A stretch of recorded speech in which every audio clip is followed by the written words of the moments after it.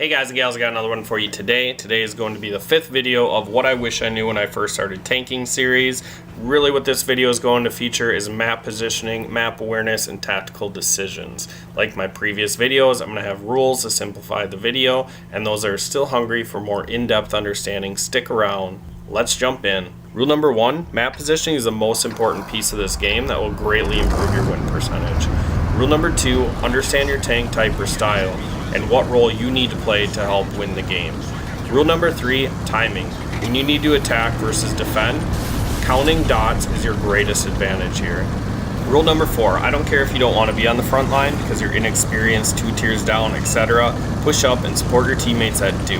At the very least, make sure you can see the back of their tanks so they don't get flanked. Rule number 5, use a square mini-map. Conceding 75% of the map at the beginning of the game is going to lower your win rate. These are the main rules for the video, and if that's all you're here for and you know it all already, that's fine, and I'll see you in the next video. If you want to stick around for a more detailed version of these rules, then sit back, relax, let's begin.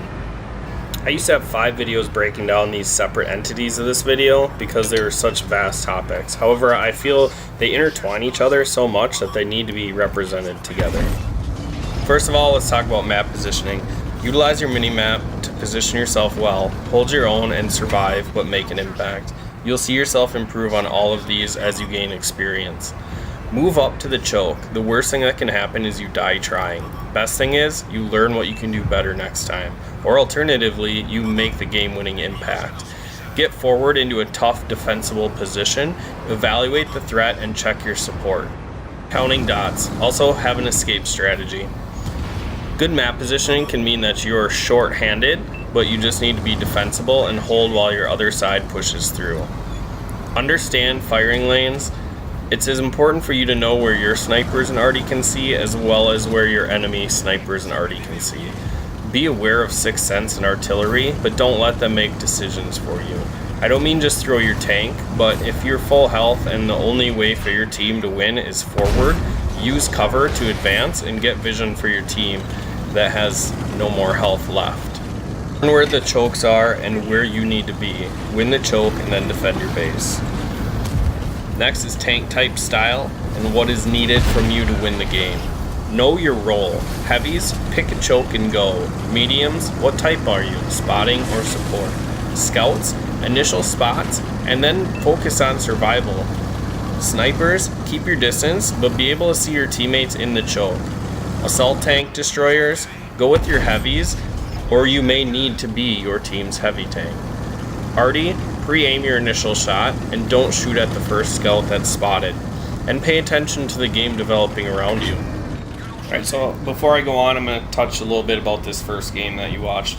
I'm in the 30B, Hoops is in his bad chat. I go south, Hoops stays in middle to cover the flank. You can see both teams don't send much to the south, but notice how long they took to push field. Right away, assessing the situation, I am in a light medium tank, but there's really no point to fall back.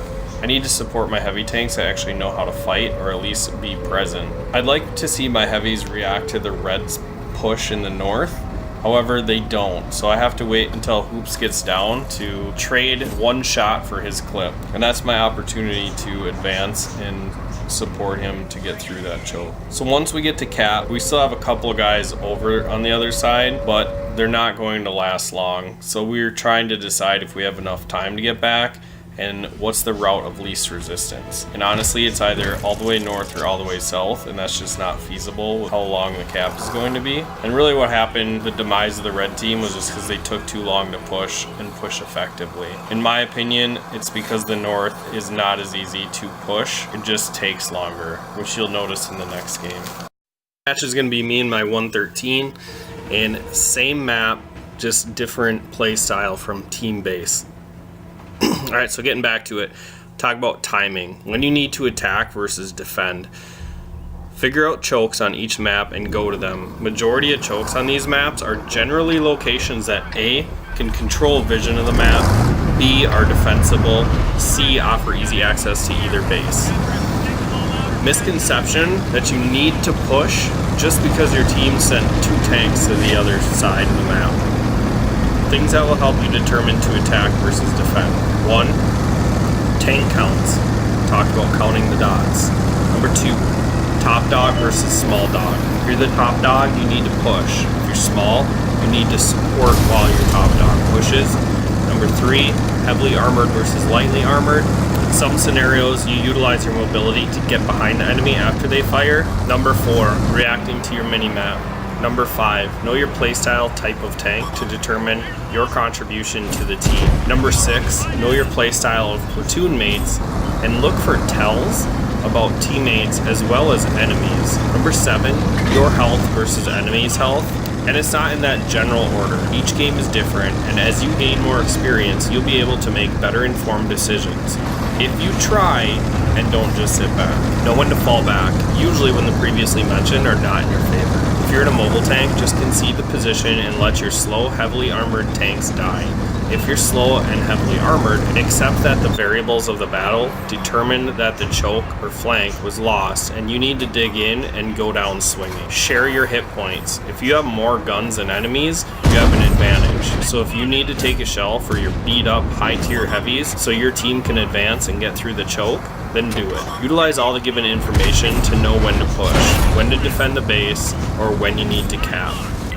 Don't be the puddle pirate that drives into the choke after your team is dead thinking you're now going to make a difference. Don't blame your team for not winning the choke if you didn't have your gun involved in the battle. Unless you enjoy being capped, go back to defend it. Finally, the maps are different. Open maps, corridors, cities, and they're all generally the same, but can be won or played many different ways. There are different team makeups, and to me, that's the most beautiful part of the game. It keeps me coming back. However, until I understood, I mean completely understood that there are different types of players that play this game, it took me to having my daughter become interested and watch her learn and grow that I realized where potatoes come from, and that I too was and still can be a potato myself. It's part of the learning process. Now I'm going to touch on game 2. In both matches, recognize how long it takes for field to actually secure the north and have a clean cap. And in the second game, my team's the one that takes the field. Now I push forward to assess the situation and realize that it's just me and a Foch. So I'm going to fall back to my teammates to get their guns involved. To me, these are the most frustrating games, and games where I used to get tilted, because I would just sit in the choke fighting until I die, and then proceed to blame the team. Now I try to fall back to get them involved, whether they want to or not. It helps avoiding to be flanked, and really me covering my own flank.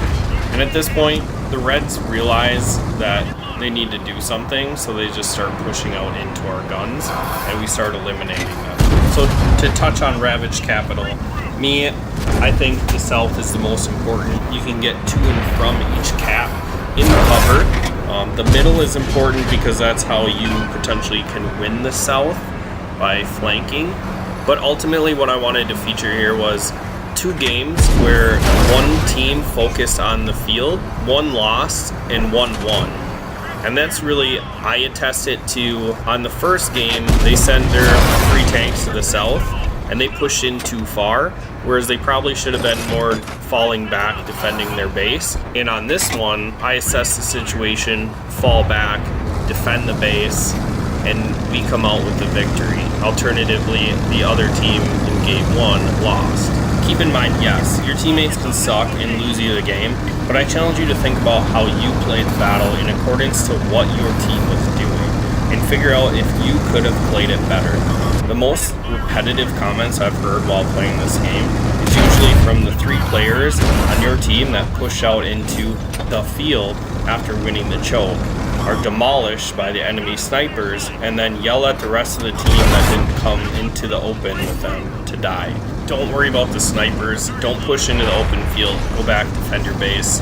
Just let the base camping snipers on the enemy team continue to sit at the base. They're not going to do anything else. Get to endgame stats here.